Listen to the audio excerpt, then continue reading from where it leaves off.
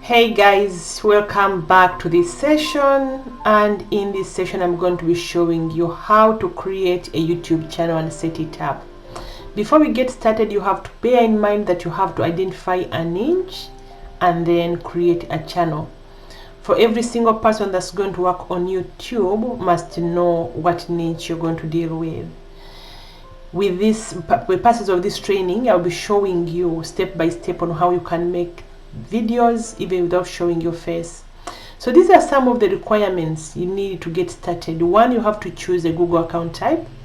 Two, you have to go ahead and create a YouTube channel by clicking on your right hand side of your YouTube studio.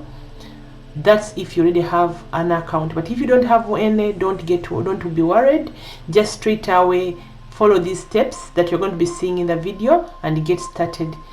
Go in google.com, and once you are there, go ahead and create your account. The video is clear, it's simple, and it's easy.